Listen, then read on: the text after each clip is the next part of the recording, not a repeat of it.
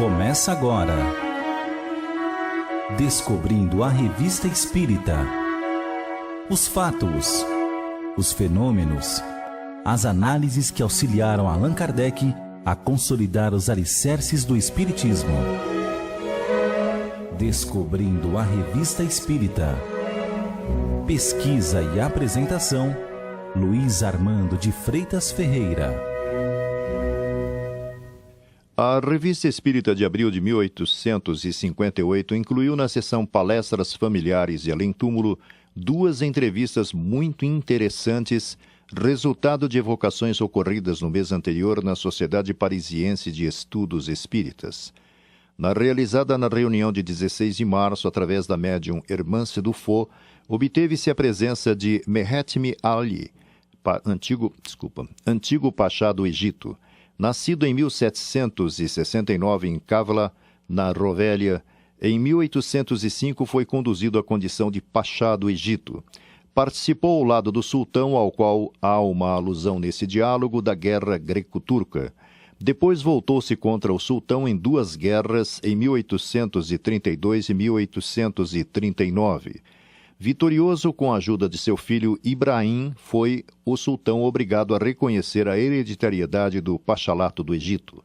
Para tanto, destruiu a milícia turca do Cairo em 1811. Organizou o Estado à maneira europeia, principalmente a agricultura, as indústrias e o exército.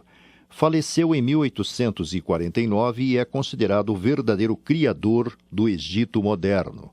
Kardec propõe a Mehetmi Ali 52 perguntas. Depois das preliminares, através das quais Kardec busca se certificar que era mesmo o espírito evocado, um detalhe curioso ocorria. O codificador indaga: sob que forma e em que lugar vos encontrais entre nós? Obtendo como resposta: sob aquela que tem o nome de Mehetmi Ali, perto de Hermance. Ao que Kardec pergunta: gostaríeis que vos dessemos um lugar especial? Ouvindo sim, a cadeira vazia, ao que o codificador observa que realmente havia uma cadeira vaga a que ninguém havia prestado atenção. E a entrevista prossegue, inquirindo-se o espírito se ele tinha uma lembrança nítida de sua última existência corporal, ao que ele esclarece que não a tinha ainda nítida, pois a morte lhe deixou sua perturbação. Sobre ser feliz, diz que não, encontrando-se na condição de errante. Sobre lembrar-se sobre o que fora na existência anterior a esta, disse que era pobre e invejou as grandezas terrenas, tendo subido na escala social para sofrer. Sobre em que condição preferia estar se renascesse na terra, revelou que na obscuridade, pois os deveres são menores. Sobre como avaliaria a posição ocupada na existência encerrada, respondeu que foi a vaidade do nada. Quis conduzir o homem sem saber se conduzir a si mesmo. Se ficava satisfeito com a opinião pública, apreciar o que fez pela civilização do Egito, disse não se importar, ponderando que a opinião dos homens é o vento do deserto que levanta o pó. Se sentia feliz com seus descendentes seguindo o mesmo caminho por ele percorrido, respondeu sim, porque eles têm por objetivo o bem comum. Sobre si se lamentava sobre os atos de crueldade de que era acusado, e informou que agora os espiava. Se via aqueles a quem mandou massacrar, disse que sim, experimentando por parte deles sentimentos de ódio e piedade. Se havia, após ter desencarnado, revisto o sultão Mahmud, revelou que sim e que em vão fugiam um do outro, experimentando reciprocamente o sentimento de aversão. Acerca de sua opinião atual sobre as penas e recompensas que nos esperam depois da morte, disse que a expiação é justa. Avaliando qual o maior obstáculo que teve de vencer para a realização de seus planos progressistas, respondeu que reinava sobre escravos e se acreditava que se o povo que teve de governar fosse cristão, teria sido menos rebelde à civilização, disse que sim, porque a religião cristã eleva a alma e que cria que Jesus vinha de Deus. Indagado sobre se a escravidão da mulher considerada pela religião dominante no país que governava estava conforme os desígnios de Deus, disse que não, pois a mulher é igual ao homem, de vez que o espírito não tem sexo e que a condução de um povo pelo rigor e maus tratos em vez de o submeter apenas o embrutece, visto que o homem avilta-se quando escravizado. Reportando-se à antiguidade, quando o Egito era florescente, entende que as causas de sua decadência moral estão na corrupção dos costumes. Sobre sua indiferença pelos monumentos históricos que cobrem o solo do Egito, sendo ele amigo do progresso, respondeu: que importa o passado? O presente não o substituiria. Sendo desnecessário relembrar ao egípcio degradado um passado muito brilhante, pois não o teria compreendido o que fez desenhar aquilo que lhe seria inútil.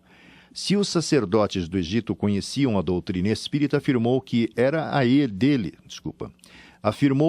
a deles que recebiam manifestações espirituais, que elas tinham a mesma fonte que as recebidas por Moisés, o qual, por sinal, foi iniciado por eles.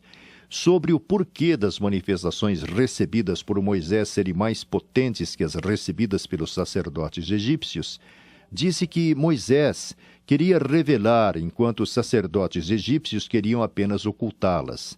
Se a doutrina dos sacerdotes egípcios tinha qualquer ligação com a dos indianos, afirmou que sim, pois todas as religiões-mãe estão ligadas entre si por laços quase invisíveis, procedendo de uma mesma fonte. Indagado sobre qual dentre estas duas religiões, a dos egípcios e a dos indianos, qual a matriz, revelou que elas são irmãs. Kardec pergunta então sobre como é que ele, que na última existência se mostrava tão pouco esclarecido sobre esses assuntos, podia responder com tanta profundidade, esclareceu que outras existências o ensinaram, que no estado da erraticidade em que se encontrava tinha pleno conhecimento de suas existências anteriores, que vivera ao tempo dos faraós 3 existências, como sacerdote, como mendigo e como príncipe. Como sacerdote, vivera ao tempo do príncipe Sesostes. Considera ter progredido lentamente desde então, não sendo perfeito por ter ostentado o título de sacerdote em uma de suas existências, o que lhe serviu agora falar com conhecimento de causa da antiga religião dos egípcios, embora não sendo suficientemente perfeito para poder tudo saber, já que outros leem no passado como num livro aberto. Questionado se poderia explicar o motivo da construção das pirâmides, afirmou ser muito tarde. Kardec confirma que já eram quase 11 da noite, e ante a insistência do codificador dizendo que não lhe fariam senão esta pergunta, disse que era muito tarde, que esta pergunta traria outras mais. Convidado a respondê-la em outra ocasião, respondeu que não se comprometia, mas voltaria. Você ouviu Descobrindo a Revista Espírita. Pesquisa e apresentação, Luiz Armando de Freitas Ferreira.